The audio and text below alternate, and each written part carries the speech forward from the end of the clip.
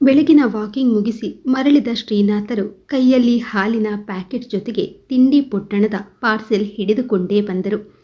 ನಿಮ್ಮಿ, ತಿಂಡಿಗೆ ರೆಡಿ ಮಾಡಿ ಆಯ್ತೇನೆ ಎಂದು ಕೇಳುತ್ತಾ ಅಡುಗೆ ಮನೆಗೆ ಕಾಲಿಟ್ರು.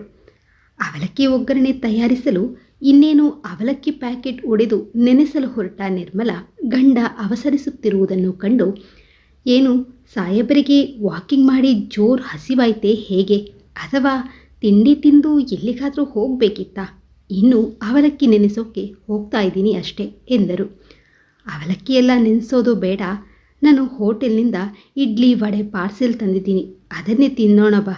ಆಮೇಲೆ ನಿನ್ನ ಕೈಯಿಂದ ಬಿಸಿ ಬಿಸಿಯಾದ ಒಂದು ಲೋಟ ಸ್ಟ್ರಾಂಗ್ ಕಾಫಿ ಕೊಟ್ಬಿಡು ಸಾಕು ಎಂದರು ಶ್ರೀನಾಥ್.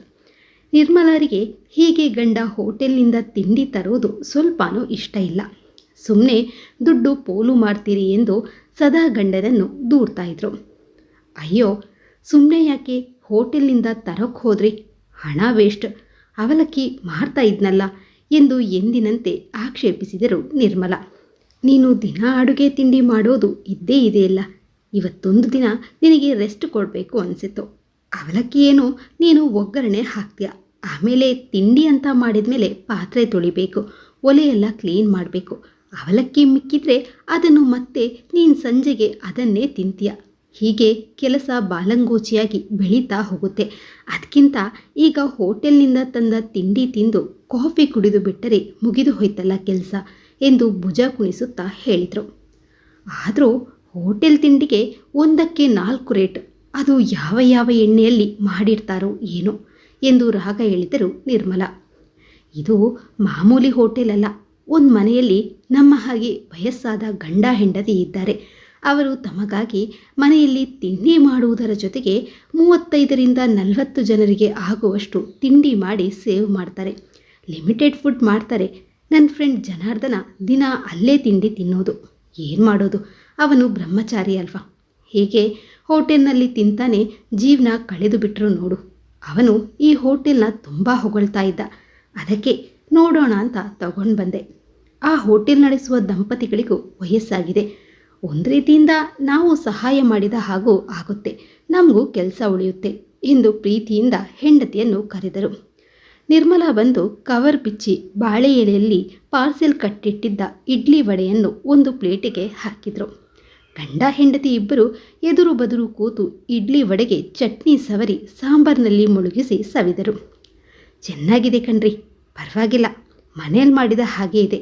ಯಾರವರು, ಹೊಸದಾಗಿ ಹೋಟೆಲ್ ಓಪನ್ ಮಾಡಿದ್ದಾರಾ ಎಂದು ನಿರ್ಮಲಾ ಕುತೂಹಲದಿಂದ ಕೇಳಿದರು. ಬೇರೆ ಊರಿನವರಂತೆ, ಅಲ್ಲೆಲ್ಲ ಸ್ವಲ್ಪ ಲಾಸ್ ಆಗಿ ಇಲ್ಲಿಗೆ ಬಂದಿದ್ದಾರೆ. ಒಂದು ಬಾಡಿಗೆ ಮನೆ ಹಿಡಿದಿದ್ದಾರೆ. ಮನೆ ಮುಂದಿನ ಅಂಗಳದಲ್ಲಿ ಒಂದು ಶೀಟ್ ಹಾಕಿ ಅಲ್ಲಿ 4-6 ಟೇಬಲ್ ಕುರ್ಚಿ ಇಟ್ಕೊಂಡಿದ್ದಾರೆ. ಮಕ್ಕಳು ಮರಿ ಯಾರೂ ಇಲ್ವಂತೆ ಎಂದ ಶ್ರೀನಾಥರ ಮಾತಿಗೆ ಮರುಕ ಹುಟ್ಟಿತು. ಛೇ ಪಾಪ, ಮಕ್ಕಳಿಲ್ವಾ, ವಯಸ್ಸಾದ ಕಾಲದಲ್ಲಿ ಯಾರೂ ಇಲ್ಲ ಅಂದರೆ ಎಷ್ಟು ಕಷ್ಟ ಅಲ್ವಾ ಎಂದರು. ಅದನ್ನು ಕೇಳಿದ್ದೇ ತಡ ಶ್ರೀನಾಥರು ಜೋರು ಧ್ವನಿಯಲ್ಲಿ, ಇದ್ರೂ ಏನು ಪ್ರಯೋಜನ ನಿಮ್ಮಿ, ಅವರೇನು ನಮ್ಮ ಕಷ್ಟಕ್ಕೆ ಆಗ್ತಾರ ಹೇಳು. 6 ತಿಂಗಳ ಹಿಂದೆ ನನಗೆ ಕಣ್ಣಿನ ಆಪರೇಷನ್ ಆಯ್ತಲ್ಲ, ಆಗ ಆಸ್ಪತ್ರೆಗೆ ಓಡಾಡಿದ್ದು ಯಾರು? ನೀನು ಮತ್ತೆ ಆ ನನ್ನ ಬ್ರಹ್ಮಚಾರಿ ಸ್ನೇಹಿತ ಜನಾರ್ದನಲ್ವೇ? ಇಬ್ಬಿಬ್ಬರು ಗಂಡು ಮಕ್ಕಳು ನಮಗೆ. ಒಬ್ಬರಾದರೂ ಅಪ್ಪ ಅಮ್ಮ ನೀವು ನಮ್ಮ ಮನೆಯಲ್ಲಿ ಬಂದಿರಿ, ಇಲ್ಲೇ ಆಪರೇಷನ್ ಮಾಡಿಸ್ಕೊಳ್ಳಿ ಅಂದ್ರ? ಇಲ್ವಲ್ಲ. ಯಾರಿಗೆ ಯಾರೂ ಇಲ್ಲ ನಿಮ್ಮಿ. ಮರಿ ಹಕ್ಕಿ ತನ್ನ ರೆಕ್ಕೆಗಳಿಗೆ ಬಲ ಬಂದ ಮೇಲೆ, ಸ್ವಚ್ಛಂದ ಆಕಾಶದಲ್ಲಿ ಹಾರಲು ಕಲಿತ ಮೇಲೆ, ಅದು ತನಗಾಗಿ ಮೈಲಿಗಟ್ಟಲೆ ದೂರದಿಂದ ಆಹಾರ ತಂದು ತನ್ನ ಬಾಯಿಗೆ ಗುಡುಗುಡುತ್ತಿದ್ದ ತಾಯಿ ತಂದೆ ಹಕ್ಕಿಯನ್ನು ಮರೆತು ಬಿಡುತ್ತೆ. ಈಗ ಮನುಷ್ಯರು ಪ್ರಾಣಿ ಪಕ್ಷಿಗಳ ಹಾಗೆ ಆಗ್ಬಿಟ್ಟಿದ್ದಾರೆ. ಅದೆಲ್ಲ ಒಂದು ಕಾಲದಲ್ಲಿ ಇತ್ತು. ವಯಸ್ಸಾದ ಮೇಲೆ ಮಕ್ಕಳು ನಮ್ಮನ್ನು ನೋಡ್ಕೋತಾರೆ, ನಮ್ಮ ಸಹಾಯಕ್ಕೆ ಬರ್ತಾರೆ ಅಂತೆಲ್ಲ ಹಿಂದಿನವರು ಲೆಕ್ಕಾಚಾರ ಹಾಕ್ತಾಯಿದ್ರು. ಈಗ ಅದೆಲ್ಲ ಕನಸಿನ ಮಾತು. ವಯಸ್ಸಾದ ಮೇಲೆ ಮಕ್ಕಳು ನಮ್ಮ ಜೊತೆಗೆ ಇರಬೇಕಾದ್ರೆ ಹಿಂದಿನ ಜನ್ಮದ ಪುಣ್ಯ ಇರಬೇಕೋ ಏನೋ ಎಂದು ನಿಟ್ಟುಸಿರು ಬಿಟ್ಟರು ಶ್ರೀನಾಥ್. ಸುತ್ತಿ ಬೆಳೆಸಿ ನಮ್ಮ ಸಂಸಾರದ ಕಥೆನೇ ಹೇಳ್ತಾ ಇದ್ದೀರಾ. ನಮ್ಮ ಮಕ್ಕಳು ಮಾತ್ರ ಸ್ವಾರ್ಥಿಗಳ? ನಿಮ್ಮ ತಮ್ಮ ತಂಗಿ ಏನು ಮಾಡಿದ್ರು, ಮರೆತು ಹೋಯ್ತಾ? ಅಷ್ಟೆಲ್ಲ ಅವರಿಗೆ ಓದಿಸಿ ಒಂದು ಒಳ್ಳೆಯ ಭವಿಷ್ಯ ರೂಪಿಸಬೇಕಾದ್ರೆ ನಾವಿಬ್ಬರು ನಮ್ಮ ಸುಖವನ್ನು ತ್ಯಾಗ ಮಾಡಿದ್ದು ಅವರುಗಳ ಅರಿವಿಗೆ ಬರಲಿಲ್ಲ. ಅಪ್ಪ ತೀರ್ಕೊಂಡ್ಮೇಲೆ ಅವರ ಕೆಲಸ ನಿನಗೆ ಸಿಕ್ಕಿದ್ದು. ಅದಕ್ಕೆ ನಮಗೆಲ್ಲ ಕಲಿಸೋದು ನಿನ್ನ ಡ್ಯೂಟಿಯಾಗಿತ್ತು. ಅದನ್ನು ನೀನು ಮಾಡಿದೆ, ಅದರಲ್ಲೇನು ಹೆಚ್ಚುಗಾರಿಕೆ ಇದೆ ಎಂದು ನಿಷ್ಠೂರವಾಗಿ ಹೇಳಿಬಿಟ್ರಲ್ಲ ಎಂದು ಹಳೆಯದೆಲ್ಲ ನೆನಪಾಗಿ ಮನಸ್ಸಿನ ಕಹಿ ಹೊರಹಾಕಿದ್ರು ನಿರ್ಮಲಾ. ಹ್ಞೂ, ತಮ್ಮ ತಂಗಿ ಕತೆ ಹಾಗಿರಲಿ. ಹೊಟ್ಟೆಲಿ ಹುಟ್ಟಿದ ಮಕ್ಕಳಿಗೂ ನಾವು ಬೇಡವಾದ್ವಲ್ಲ. ಒಬ್ಬರಾದರೂ ನಮ್ಮ ಜೊತೆ ಬಂದು ಇರಿ ಅಂತ ಕರೀತಾರ? ಶ್ರೀನಾಥ್ ಬೇಸರದಿಂದ ನಿಟ್ಟುಸಿರು ಹೊರಹಾಕಿದ್ರು. ಅಲ್ಲ ರೀ, ನಾವು ಮಕ್ಕಳಿಗೆ ಓದಿಸಿ ಒಳ್ಳೆಯ ಡಿಗ್ರಿ ಕೊಡಿಸುವುದು ಯಾಕೆ? ಅವರಿಗೊಂದು ಕೆಲಸ ಸಿಗಲಿ, ಅವರ ಕಾಲ ಮೇಲೆ ಅವರು ನಿಂತ್ಕೊಳ್ಳಲಿ ಅಂತ ತಾನೆ. ಈಗ ನಮ್ಮ ಮಕ್ಕಳು ಅವರಷ್ಟಕ್ಕೆ ಅವರಿದ್ದಾರೆ, ಅದಕ್ಕೆ ನಾವು ಖುಷಿ ಪಡಬೇಕು. ಎಷ್ಟೋ ಜನ ವಿದ್ಯಾವಂತರು ಡಿಗ್ರಿ ಮುಗಿದ ಮೇಲೂ ಕೆಲಸ ಸಿಗದೆ ಇನ್ನೂ ಅಪ್ಪ ಅಮ್ಮನ ಹಂಗಿನಲ್ಲೇ ಇರ್ತಾರೆ. ನಮ್ಮ ಪಕ್ಕದ ಮನೆಯ ರಾಧಾ ಟೀಚರ್ ಹೇಳ್ತಾ ಇದ್ರು, ಅವರ ಮಗ ದಿನ ಬೆಳಿಗ್ಗೆ ಹೋಗಿ ರಾತ್ರಿ ಬರ್ತಾನಂತೆ. ಎಲ್ಲಿ ಹೋಗಿದ್ದೆ ಅಂತ ಕೇಳಿದರೆ ಕೆಲಸದ ಇಂಟರ್ವ್ಯೂ ಅಂತ ಹೇಳ್ತಾನಂತೆ. ಅವನು MBA ಮಾಡಿದ್ದಾನೆ. ಸಣ್ಣ ಪುಟ್ಟ ಕೆಲಸ ಮಾಡೋಕೆ ಅವನಿಗೆ ಇಷ್ಟ ಇಲ್ಲ. ಜಾಸ್ತಿ ಸಂಬಳದ ಕೆಲಸ ಸಿಗ್ತಾ ಇಲ್ಲ. ಅವನ ಬಸ್ ಚಾರ್ಜ್ಗೆ ಕೂಡ ಇವರೇ ಕೊಡಬೇಕಂತೆ. ಸದ್ಯ ನಮ್ಮ ಪರಿಸ್ಥಿತಿ ಹಾಗಿಲ್ವಲ್ಲ, ಅದೇ ಸಮಾಧಾನ. ಮಕ್ಕಳು ಕರೆಯದಿದ್ರೆ ಏನಂತೆ? ನಮಗೆ ಬೇಜಾರಾದರೆ ಅಲ್ಲಿಗೆ ಹೋಗಿ ಇದ್ದು ಬರೋಣ.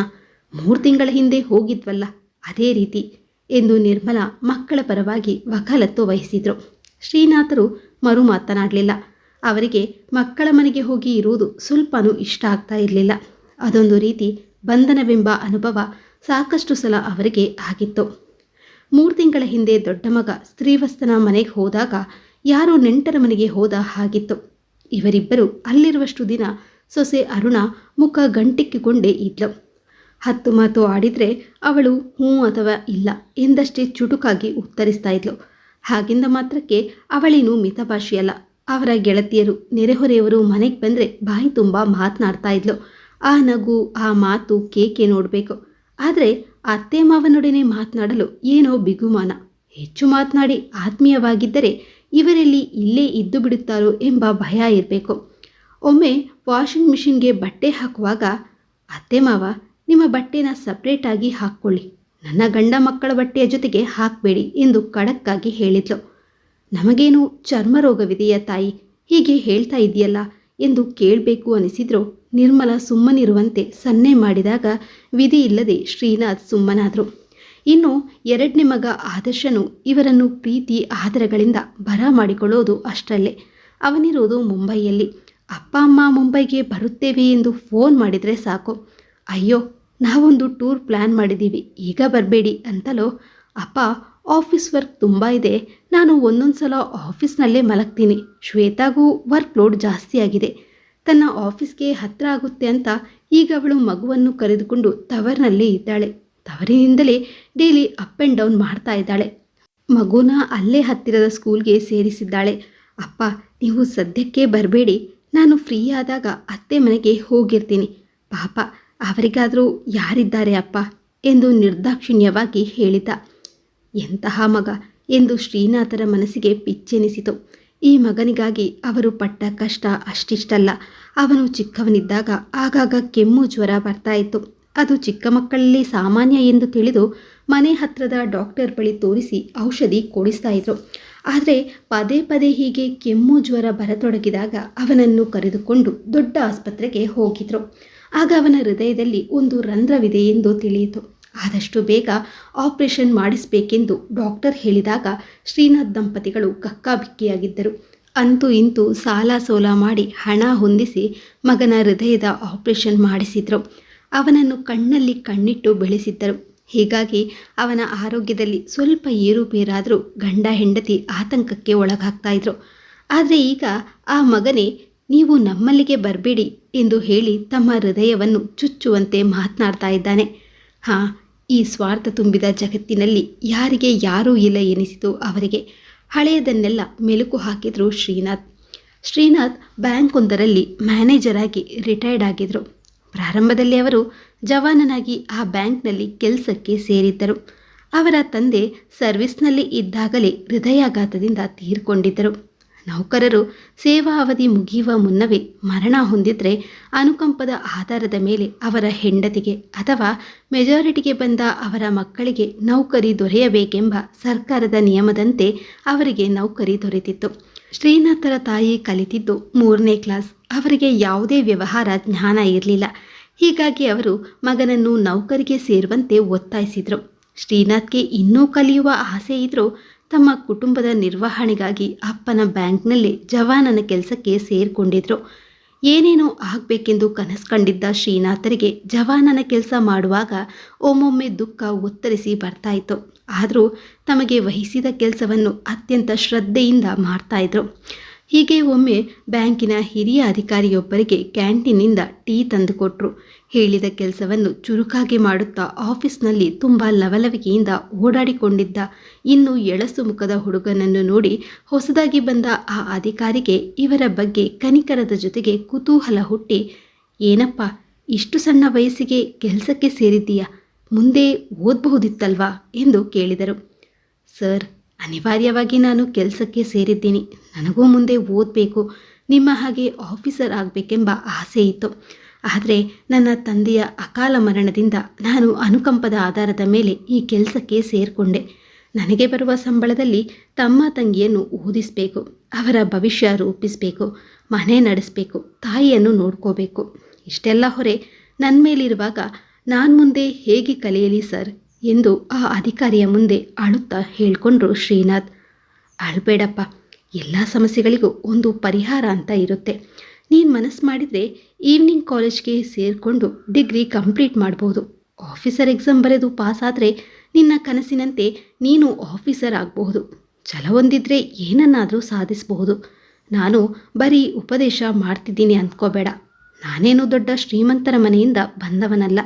ನನ್ನ ತಂದೆ ಗಾರೆ ಕೆಲಸ ಮಾಡ್ತಾಯಿದ್ರು. ನಾನು ಕೂಡ ಶಾಲೆಗೆ ರಜೆ ಇದ್ದಾಗ ಅವರ ಜೊತೆ ಅದೇ ಕೆಲಸಕ್ಕೆ ಹೋಗ್ತಿದ್ದೆ. ಆ ಹಣದಲ್ಲೇ ನನ್ನ ಶಾಲಾ ಕಾಲೇಜ್ ಫೀಸ್ ಕಟ್ತಾ ಇದ್ದೆ. ಹೀಗೆ ಬಿಡುವಾಗಿ ಇದ್ದಾಗಲೆಲ್ಲ 10 ಉದ್ಯೋಗ ಮಾಡಿ ಹಣ ಗಳಿಸಿ ನನ್ನ ವಿದ್ಯಾಭ್ಯಾಸ ಪೂರ್ಣಗೊಳಿಸಿದೆ. ಡಿಗ್ರಿ ಮುಗಿದ ಮೇಲೆ ಬ್ಯಾಂಕ್ ಪರೀಕ್ಷೆ ಕಟ್ಟಿದೆ. ಚೆನ್ನಾಗಿ ಓದಿ ಆಫೀಸರ್ ಎಕ್ಸಾಮ್ ಬರೆದು ಪಾಸಾದೆ. ಕಷ್ಟಪಟ್ಟರೆ ನಮ್ಮ ಭವಿಷ್ಯವನ್ನು ನಾವೇ ರೂಪಿಸ್ಕೊಳ್ಬಹುದು. ಆಗ ಯಾರ ಹಂಗೂ ಇರೋದಿಲ್ಲ. ಸೋಲಿಗೆ 101 ಕಾರಣ ಹೇಳುವ ಬದಲು ಗೆದ್ದು ಬೀಗುವುದನ್ನು ಕಲಿ. ನನ್ನ ಹಾಗೆ ನಿನ್ನ ಜೀವನ ಇನ್ನೊಬ್ಬರಿಗೆ ಮಾದರಿಯಾಗಲಿ ಎಂದು ಉಪದೇಶ ಕೊಟ್ಟಿದ್ದಲ್ಲದೆ ಸಂಜೆ ಕಾಲಿಗೆ ತಮ್ಮದೇ ಸಂಬಳದ ಹಣದಿಂದ ಅಡ್ಮಿಷನ್ ಕೂಡ ಮಾಡಿಸಿದರು. ಆ ಪುಣ್ಯಾತ್ಮನ ಸಹಾಯದಿಂದ ಶ್ರೀನಾಥ್ ಕಷ್ಟಪಟ್ಟು ಓದಿ ಡಿಗ್ರಿ ಮುಗಿಸಿ ಹಂತ ಹಂತವಾಗಿ ಪ್ರಮೋಷನ್ ಪಡೆಯುತ್ತಾ ಅದೇ ಬ್ಯಾಂಕ್ನಲ್ಲಿ ಮ್ಯಾನೇಜರ್ ಆದರು. ಅದೇ ಸಮಯದಲ್ಲಿ ಬ್ಯಾಂಕ್ನಲ್ಲಿ ಪಿಗ್ಮಿ ಏಜೆಂಟ್ ಆಗಿದ್ದ ನಿರ್ಮಲಾ ಪರಿಚಯ ಆದದ್ದು. ಮದುವೆಯಾದ 3 ತಿಂಗಳಿಗೆ ನಿರ್ಮಲಾರ ಗಂಡ ಆಕ್ಸಿಡೆಂಟ್ನಲ್ಲಿ ತೀರ್ಕೊಂಡಿದ್ದರು. ಆ ಕಾಲದಲ್ಲಿ ವಿಧವೆಯರನ್ನು ಯಾರೂ ಅಷ್ಟಾಗಿ ಮದುವೆ ಆಗ್ತಾ ಇರಲಿಲ್ಲ. ಆದರೆ ಶ್ರೀನಾಥರಿಗೆ ಯಾಕೋ ನಿರ್ಮಲಾರ ಬಗ್ಗೆ ವಿಶೇಷವಾದ ಪ್ರೀತಿ. ಇಷ್ಟು ಚಿಕ್ಕ ವಯಸ್ಸಿನಲ್ಲಿ ದಾಂಪತ್ಯದ ಯಾವ ಸುಖವನ್ನು ಕಾಣದೆ ವಿಧವೆಯಾದ್ಲಲ್ಲ ಎಂಬ ಅನುಕಂಪ, ಜೊತೆಗೆ ಅವಳ ಸೌಮ್ಯ ಸ್ವಭಾವದ ಬಗ್ಗೆ ಮೆಚ್ಚುಗೆ. ಒಟ್ಟಾರೆ ಎಲ್ಲ ಭಾವನೆಗಳು ಸೇರಿ ಅನುರಾಗದ ಅಲೆಯೊಂದು ಅವರ ಹೃದಯದಲ್ಲಿ ಪುಟಿಯಿತು. ಒಂದಿನ ತಾಯಿಯ ಎದುರಿಗೆ ತನ್ನ ಪ್ರೀತಿಯನ್ನು ಹೇಳಿಯೇ ಬಿಟ್ರು. ಆಕೆ ಒಮ್ಮೆಲೆ ಹರಿಬಿಟ್ರು. ಇದೇನು ಮಾಡ್ತಾ ಇದೆಯಾ? ಒಳ್ಳೆಯ ಕೆಲಸದಲ್ಲಿದ್ಯಾ? ನೀನು ಬಯಸಿದ್ರೆ ಎಂತೆಂಥ ಚಂದದ ಒಳ್ಳೆಯ ಅನುಕೂಲಸ್ಥರ ಮನೆತನದ ಹುಡುಗಿಯರು ನಿನಗೆ ಸಿಗ್ತಾರೆ. ಹೋಗಿ ಗಂಡ ಸತ್ತವಳನ್ನು ಮದುವೆ ಆಗ್ತೀನಿ ಅಂತೀಯಲ್ಲ, ಜನ ಏನಂತಾರೆ? ಆ ಹೆಣ್ಣು ಮದುವೆಯಾಗಿ 3 ತಿಂಗಳಿಗೆ ಗಂಡನನ್ನು ಕಳೆದುಕೊಂಡ ನತದೃಷ್ಟೆ. ಅಪಶಕುನದ ಹೆಣ್ಣು ಈ ಮನೆಗೆ ಸೊಸೆಯಾಗಿ ಬರುವುದಾ ಎಂದು ಕೂಗಾಡಿದರು. ಶ್ರೀನಾಥ್ ಮಾತ್ರ ತಾಯಿಯ ಮಾತಿಗೆ ಬಗ್ಗಲಿಲ್ಲ. ನೋಡಮ್ಮ, ನನ್ನ ಜೀವನದ ಯಾವ ಆಸೆಯನ್ನು ನಾನು ಪೂರೈಸಿಕೊಳ್ಳಲಿಲ್ಲ. ನಿನಗೆ ಗೊತ್ತಿದೆಯಲ್ಲ, ಕಾಲೇಜ್ ಓದುತ್ತಾ ಮಜಾ ಮಾಡಬೇಕಿದ್ದ ವಯಸ್ಸಿನಲ್ಲಿ ನೌಕರಿಗೆ ಸೇರಿದೆ. ಆ ಪುಣ್ಯಾತ್ಮ ಆಫೀಸರ್ ದಯೆಯಿಂದ ಮುಂದೆ ಈವ್ನಿಂಗ್ ಕಾಲೇಜ್ ಸೇರಿದ್ರು. ದುಡಿಮೆ ಓದು ಒಟ್ಟೊಟ್ಟಿಗೆ ಮಾಡುವಾಗ ನಾನು ಹೈರಾಣನಾಗಿದ್ದೆ. ಸಂಸಾರ ತೂಗಿಸೋಕೆ, ತಮ್ಮನ ಓದಿಗೆ, ತಂಗಿಯ ಮದುವೆಗೆ ಅಂತ ಹಣ ಕೂಡಿಡುವುದರಲ್ಲಿ ಆಯಿತು ನನ್ನ ಜೀವನ. ಈಗಲೂ ಸೈಕಲ್ ಮಿಟ್ಕೊಂಡು ಬ್ಯಾಂಕಿಗೆ ಹೋಗೋನು ನಮ್ಮ ಬ್ಯಾಂಕ್ನಲ್ಲಿ ನಾನೊಬ್ಬನೇ. ಈಗ ನಾನು ಬಯಸಿದ ಹುಡುಗಿನ ಮದುವೆ ಮಾಡಿಕೊಳ್ಳುತ್ತೀನಿ. ಅದಕ್ಕಾದರೂ ಬಿಡು. ಇಲ್ಲಿದ್ರೆ ನಾನು ಈ ಮನೆ ಬಿಟ್ಟು ಹೋಗುವುದು ಖಂಡಿತ ಎಂದು ತಮ್ಮ ನಿರ್ಧಾರವನ್ನು ಹೇಳಿದರು. ಶ್ರೀನಾಥರ ತಾಯಿ ಅಂಬಕ್ಕ ತೆಪ್ಪಗಾದರು. ಮನೆಯವರ ಬಂಧುಗಳ ವಿರೋಧದ ನಡುವೆಯೂ ಶ್ರೀನಾಥ್ ಮತ್ತು ನಿರ್ಮಲಾ ಕೋರ್ಟ್ ಮ್ಯಾರೇಜ್ ಮಾಡಿಕೊಂಡ್ರು. ನಿರ್ಮಲಾ ಶ್ರೀನಾಥರ ಬಹಳ ಸಂಗಾತಿಯಾಗಿ ಅವರ ಮನ ತುಂಬಿದ್ರು. ಅಂಬಕ್ಕ ಮಾತ್ರ ಸೊಸೆಯನ್ನು, ನನ್ನ ಮಗನನ್ನು ಬುಟ್ಟಿಗೆ ಹಾಕಿಕೊಂಡ ಮಾಯಾಂಗನೆ.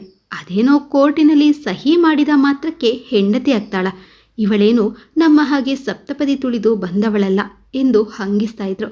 ನಿರ್ಮಲಾ ಆ ಬಗ್ಗೆ ಗಂಡನ ಎದುರು ಚಕಾರವೆತ್ತದಿದ್ದರೂ ಶ್ರೀನಾಥರಿಗೆ ತಾಯಿಯ ಕೊಂಕು ನುಡಿ ಬುಸುಗುಡುವಿಕೆಯ ಬಗ್ಗೆ ಗೊತ್ತೇ ಇತ್ತು. ಗಂಡ ಹೆಂಡತಿ ಇಬ್ಬರೂ ಸೇರಿ ಸಂಸಾರ ರಥಕ್ಕೆ ಹೆಗಲು ಕೊಟ್ಟರು. ಶ್ರೀನಾಥ್ ನಿರ್ಮಲಾಗೆ, ನಾನು ನನ್ನ ತಮ್ಮನನ್ನು ಮೆಡಿಕಲ್ ಓದಿಸಬೇಕು, ತಂಗಿಯ ಮದುವೆ ಮಾಡಬೇಕು. ಹೀಗಾಗಿ ನೀನು ಸ್ವಲ್ಪ ಜಾಣತನದಿಂದ ಸಂಸಾರ ನಿಭಾಯಿಸಬೇಕಾಗುತ್ತದೆ ನಿಮ್ಮಿ ಎಂದು ಮೊದಲೇ ಹೇಳಿದ್ದರು. ಹೀಗಾಗಿ ಮೊದಲಿನಿಂದಲೂ ಲೆಕ್ಕಾಚಾರದಲ್ಲಿ ಬದುಕಿದರು. ನಿರ್ಮಲಾ ಬಯಸಿದ ಒಂದು ಸೀರೆಯಾಗಲಿ ಚಿನ್ನ ಬೆಳ್ಳಿಯಾಗಲಿ ಎಂದು ಖರೀದಿಸಲಿಲ್ಲ. ಶ್ರೀನಾಥರ ತಮ್ಮ ಸುರೇಂದ್ರ ಮೆಡಿಕಲ್ ಓದಿ ಡಾಕ್ಟರ್ ಆದ್ರ. ತಂಗಿಗೂ ಒಳ್ಳೆಯ ಕಡೆ ನೋಡಿ ಮದುವೆ ಮಾಡಿಕೊಟ್ರು. ಆ ಜವಾಬ್ದಾರಿ ಮುಗಿಯುತ್ತಲೇ ಅವರ ಮಕ್ಕಳು ದೊಡ್ಡವರಾಗ್ತಾ ಬಂದರು. ಮಕ್ಕಳ ಓದು, ಉನ್ನತ ಶಿಕ್ಷಣ ಎಂದು ಮತ್ತೆ ತಮ್ಮ ಕನಸುಗಳನ್ನೆಲ್ಲ ಅದುಮಿಟ್ಟು ಲೆಕ್ಕಾಚಾರದಲ್ಲಿ ದಂಪತಿಗಳು ಬದುಕಿದರು. ರಿಟೈರ್ಡ್ ಆದಮೇಲೆ ಶ್ರೀನಾಥರ ಬಳಿ ಬ್ಯಾಂಕ್ನಿಂದ ಬಂದ ಹಣ ಮತ್ತು ತಮ್ಮದೇ ಉಳಿತಾಯದ ಹಣ ಎಲ್ಲವೂ ಅವರ ಬಳಿ ಇತ್ತು. ಮಕ್ಕಳಿಬ್ಬರು ಆ ಹಣದಲ್ಲಿ ಸ್ವಲ್ಪ ಭಾಗಕ್ಕಾಗಿ ಮೊದಲೇ ಬೇಡಿಕೆ ಇಟ್ಟಿದ್ದರು. ದೊಡ್ಡವನು ಫ್ಲ್ಯಾಟ್ ಖರೀದಿಗೆ ಸ್ವಲ್ಪ ಹಣ ಬೇಕೆಂದು ಹೇಳಿದ್ದ. ಚಿಕ್ಕವನು ಶೇರ್ ಮಾರ್ಕೆಟ್ನಲ್ಲಿ ಇನ್ವೆಸ್ಟ್ ಮಾಡುತ್ತೇನೆ ಎಂದಿದ್ದ. ಏನೂ ಬೇಡ ಎಂದಿದ್ದವರು ಎಂದರೆ ನಿರ್ಮಲಾ ಮಾತ್ರ. ಇದೀಗ ರಿಟೈರ್ಡ್ ಆದ 2-3 ವರ್ಷದಲ್ಲಿ ಶ್ರೀನಾಥ್ ಯೋಚಿಸ್ತಾ ಇದ್ದಾರೆ. ತಾನು ಎಲ್ಲರಿಗೂ ಮಾಡಬೇಕಾದ ಕರ್ತವ್ಯವನ್ನು ಮಾಡಿದೆ, ಆದರೆ ಜೀವನವಿಡೀ ತನಗಾಗಿ ಬದುಕು ಸವಿಸಿದ ತನ್ನ ಹೆಂಡತಿಗಾಗಿ ಏನು ಮಾಡಿದೆ, ಅವಳಿಗಾಗಿ ತಾನು ಏನಾದರೂ ಮಾಡಲೇಬೇಕು ಎಂಬ ಆಸೆಯೊಂದು ಅವರ ಮನದಲ್ಲಿ ಚಿಗುರೊಡೆಯಿತು. ನಿಮ್ಮಿ, ನಾನು ತುಂಬ ವರ್ಷದಿಂದ ಒಂದು ಹುಡುಗಿನ ಪ್ರೀತಿಸ್ತಾ ಇದ್ದೀನಿ. ಈಗ ನೀನು ಹೂ ಅಂದರೆ ಅವಳನ್ನು ಮದುವೆಯಾಗಬೇಕು ಅಂತ ಇದ್ದೀನಿ ಎಂದು ಶ್ರೀನಾಥ್ ಸ್ವಲ್ಪ ಗಂಭೀರವಾಗಿ ಹೇಳಿದರು. ಏನ್ರಿ, ಮಧ್ಯಾಹ್ನ ಊಟ ಆದಮೇಲೆ ವೀಳ್ಯದೆಲೆ ಬಾಯಿಗೆ ಹಾಕ್ಕೊಂಡ್ರಲ್ಲ, ಅದು ಹೊಸ ಅಡಿಕೆ, ಅದರ ಪಿತ್ತ ನೆತ್ತಿಗೇರಿತು ಅನಿಸುತ್ತೆ, ಅದಕ್ಕೆ ಹೀಗೆ ಮಾತನಾಡ್ತಾ ಇದ್ದೀರಾ ಹೇಗೆ ಎಂದು ಗಂಡನ ಕಾಲೆಳೆದರು. ನಾನು ಪ್ರೀತಿಸ್ತಾ ಇರೋದು ನಿಜ, ಅದು ಬೇರೆ ಯಾರೂ ಅಲ್ಲ, ನೀನೇ ನನ್ನ ಚಿನ್ನ. ಆದರೆ ನಿನಗಾಗಿ ನಾನು ಏನೂ ಮಾಡಲಿಲ್ಲ ಅನ್ನಿಸ್ತಾ ಇದೆ. ನಿಮ್ಮಿ, ಆಗ ನಾವು ತುಂಬ ತರಾತುರಿಯಲ್ಲಿ ಬಂಧು ಬಳಗದ ವಿರೋಧದ ನಡುವೆ ಕಾನೂನು ರೀತ್ಯ ಮದುವೆಯಾದೆವು. ಈಗ ನಿನ್ನನ್ನು ಮದುಮಗಳ ದಿರಿಸಿನಲ್ಲಿ ನೋಡುವ ಆಸೆ ಇದೆ. ಮತ್ತೊಮ್ಮೆ ಶಾಸ್ತ್ರೋಕ್ತವಾಗಿ ಮದುವೆಯಾಗೋಣವಾ ಎಂದು ಗಂಡ ಪ್ರೀತಿಯಿಂದ ಹೆಂಡತಿಯನ್ನು ತೋಳುಗಳಲ್ಲಿ ಬಳಸಿ ಕೇಳಿದಾಗ ನಿರ್ಮಲಾರ ಮೈ ಮನಸ್ಸಿನಲ್ಲಿ ವಿದ್ಯುತ್ ಸಂಚಾರವಾದಂತೆ ಆಯಿತು. ನಿಮ್ಮ ಐಡಿಯಾ ಚೆನ್ನಾಗಿದೆ, ಆದರೆ ಜನ ಏನಂದರು? ಸುಮ್ಮನೆ ಹಣ ವೇಸ್ಟ್ ಅಲ್ವಾ, ಅದಕ್ಕೆಲ್ಲ ಓಡಾಡೋದು ಯಾರು ಎಂದು ಎಂದಿನಂತೆ ಲೆಕ್ಕಾಚಾರದ ಮಾತನಾಡಿದರು. ನಿಮ್ಮಿ, ಈಗ ನಮ್ಮ ಪರಿಸ್ಥಿತಿ ಮೊದಲಿಗಿಂತ ಸುಧಾರಿಸಿದೆ. ಜವಾಬ್ದಾರಿಗಳು ಕಳೆದು ಹೋಗಿವೆ. ನಮಗೋಸ್ಕರ ಯಾವಾಗ ಖರ್ಚು ಮಾಡೋದು ನಿಮ್ಮಿ? ಇಷ್ಟು ವರ್ಷವಂತೂ ನನ್ನ ತಮ್ಮ ತಂಗಿ ನಮ್ಮ ಮಕ್ಕಳಿಗೋಸ್ಕರ ದುಡಿದಿದ್ದಾಯಿತು. ಇನ್ನಾದರೂ ನಾವು ನಮ್ಮ ಸಣ್ಣ ಪುಟ್ಟ ಆಸೆಗಳನ್ನು ಪೂರೈಸಿಕೊಳ್ಳೋಣ ಎಂದಾಗ ನಿರ್ಮಲಾಗೂ ಏನೋ ಒಂಥರ ಸಡಗರ ಸಂಭ್ರಮ. ತಾವು ಇನ್ನೊಮ್ಮೆ ಮದುವೆ ಆಗ್ತಾ ಇರುವ ಬಗ್ಗೆ ಮಕ್ಕಳಿಬ್ಬರಿಗೂ ಹೇಳಿದಾಗ ಅವರಿಬ್ಬರು ಉರಿದು ಬಿದ್ದರು. ಅಪ್ಪ, ಸುಮ್ಮನೆ ದುಡ್ಡಿದೆ ಅಂತ ವೇಸ್ಟ್ ಮಾಡೋದಲ್ಲ, ಯಾವುದ್ರಲ್ಲಾದರೂ ಇನ್ವೆಸ್ಟ್ ಮಾಡಿ, ಫ್ಯೂಚರ್ಗೆ ಆಗುತ್ತೆ. ಬ್ಯಾಂಕ್ನಲ್ಲಿ ಇಟ್ಟರೆ 10 ವರ್ಷಕ್ಕೆ ಡಬಲ್ ಆಗುತ್ತೆ. ಅದೂ ಅಲ್ಲದೆ ಮದುವೆ ತಯಾರಿ ಅಂದರೆ ಸುಮ್ಮನಾಗುತ್ತಾ? ಅದಕ್ಕೆಲ್ಲ ಓಡಾಡೋಕ್ಕೆ ನಮಗಂತೂ ಪುರ್ಸೋತಿಲ್ಲ ಎಂದ ಹಿರಿಯ ಮಗ. ಕಿರಿ ಮಗನು ಅದನ್ನೇ ಹೇಳಿದ. ಮಕ್ಕಳ ಇಂತಹ ಪ್ರತಿಕ್ರಿಯೆಯನ್ನು ಶ್ರೀನಾಥ್ ನಿರೀಕ್ಷಿಸಿಯೇ ಇದ್ದರು. ಅವರು ಖಡಕ್ಕಾಗಿಯೇ ಉತ್ತರಿಸಿದರು. ನಾನು ಬದುಕಿರುವವರೆಗೂ ನಮಗೆ ಅಗತ್ಯವಿರುವಷ್ಟು ಹಣ ಬ್ಯಾಂಕ್ನಲ್ಲಿ ಇಟ್ಟಿದ್ದೀನಿ ಕಣ್ರು. ಹೇಗೋ ಪೆನ್ಷನ್ ಬರುತ್ತೆ. ಇನ್ನೂ ಹಣ ಕೂಡಿಟ್ಟು ನಾವೇನು ಮಾಡೋದು? ನಾವೇನು 100 ವರ್ಷ ಬದುಕ್ತೀವ? ನನ್ನ ಬದುಕು ನನಗೆ ಹೇಗೆ ಬೇಕೋ ಹಾಗೆ ಬದುಕುವ ಅಧಿಕಾರ ಇದೆ. ಇನ್ನು ಮದುವೆಗೆ ಓಡಾಡುವ ಅವಶ್ಯಕತೆ ನಿಮಗಿಲ್ಲ. ನಾನು ಈಗಾಗಲೇ ವೆಡ್ಡಿಂಗ್ ಪ್ಲ್ಯಾನರ್ ಜೊತೆ ಈ ಬಗ್ಗೆ ಮಾತನಾಡಿದ್ದೀನಿ. ನನಗೆ ಯಾವ ತರಹದ ಮದುವೆ ಬೇಕು ಅಂತ ಹೇಳಿದ್ದೀನಿ. ನೀವೇನು ತಲೆ ಕೆಡಿಸ್ಕೊಳ್ಬೇಡಿ ಎಂದಾಗ ಮಕ್ಕಳಿಬ್ಬರು ತೆಪ್ಪಗಾದರು. ಹೆಂಡತಿಗೂ ಹೇಳದೆ ಬೀಚ್ ವೆಡ್ಡಿಂಗ್ಗೆ ಎಲ್ಲ ಸಿದ್ಧತೆಗಳನ್ನು ವೆಡ್ಡಿಂಗ್ ಪ್ಲ್ಯಾನರ್ನ ಮೂಲಕ ಮಾಡಿಸಿದರು. ಮೆಹಂದಿ, ಅರಿಶಿನ, ಎಣ್ಣೆ ಶಾಸ್ತ್ರ, ಗೆಟ್ ಟುಗೆದರ್ ಅಂತ 3 ದಿನಗಳ ಮದುವೆ ಭರ್ಜರಿಯಾಗಿ ನಡೆಯಿತು. ಬಂದವರಿಗೆಲ್ಲ ಉಳಿದುಕೊಳ್ಳಲು ಬೀಚ್ ಬಳಿಯ ರೆಸಾರ್ಟ್ನಲ್ಲಿ ವ್ಯವಸ್ಥೆ ಮಾಡಲಾಗಿತ್ತು. ಯುವಕರು ನಾಚುವಂತೆ ಗಂಡ ಹೆಂಡತಿ ಮದರಂಗಿಯಲ್ಲಿ ಹಾಡಿಗೆ ಮೆಲ್ಲನೆ ಹೆಜ್ಜೆ ಹಾಕಿದರು. ಕಡಲ ತೀರದಲ್ಲಿ ನಿರ್ಮಿಸಲಾಗಿದ್ದ ಭವ್ಯ ಮಂಟಪದಲ್ಲಿ ಗೋಧುಳಿ ಮುಹೂರ್ತದಲ್ಲಿ ದಂಪತಿಗಳು ಸಪ್ತಪದಿ ತುಳಿದರು. ಗಂಡ ಕೊಡಿಸಿದ ಹೊಸ ರೇಷ್ಮೆ ಸೀರೆ, ಚಿನ್ನಾಭರಣ ಮತ್ತು ವಜ್ರದ ನೆಕ್ಲೆಸ್ನಲ್ಲಿ ತೇಟ್ ಅಪ್ಸರೆಯಂತೆ ಕಾಣ್ತಾ ಇದ್ರು ನಿರ್ಮಲಾರ ಮುಖದಲ್ಲಿ ಮಿನುಗುತ್ತಿದ್ದ ಮದುಮಗಳ ಕಳೆ ನೋಡಿ ಮಕ್ಕಳು ಆನಂದಪಟ್ಟರು. ಹ್ಞೂ, ಮದುವೆ ಆಯ್ತಲ್ಲ, ಇನ್ನು ನವದಂಪತಿಗಳು ಹನಿಮೂನ್ ಕೂಡ ಪ್ಲ್ಯಾನ್ ಮಾಡಿರಬೇಕಲ್ವೇ? ಎಲ್ಲಿಗೆ? ಊಟಿಗ, ಕೊಡೈಕೆನಲ್ಗ ಎಂದು ಶ್ರೀನಾಥರ ಗೆಳೆಯ ಛೇಡಿಸಿದರು. ಈ ವಯಸ್ಸಿನಲ್ಲಿ ಊಟಿಗೇನು ಹೋಗೋದು, ನನ್ನ ಹೆಂಡತಿಗೆ ಅಯೋಧ್ಯೆಯಲ್ಲಿ ಶ್ರೀರಾಮನ ನೋಡಬೇಕಂತೆ, ಅಲ್ಲಿಗೆ ಹೋಗಿ ಅಲ್ಲಿಂದ ಕಾಶಿ ಮಥುರಾ ಎಲ್ಲ ನೋಡ್ಕೊಂಡು ಬರ್ತೀವಿ ಎಂದು ಶ್ರೀನಾಥರು ಉತ್ತರಿಸ್ತಾ ಇದ್ದಂತೆ ಅವರ ಚಿಕ್ಕಪ್ಪನ ಮಗ ಅವಿನಾಶ್ ಹೆಮ್ಮೆಯಿಂದ, ನಿನ್ನ ಜೀವನೋತ್ಸವವನ್ನು ಮೆಚ್ಚಿದೆ ಕಣೋ, ಹೀಗೆ ಖುಷಿ ಖುಷಿಯಾಗಿರು ಎಂದು ಬೆನ್ನು ತಟ್ಟಿದ್ರು.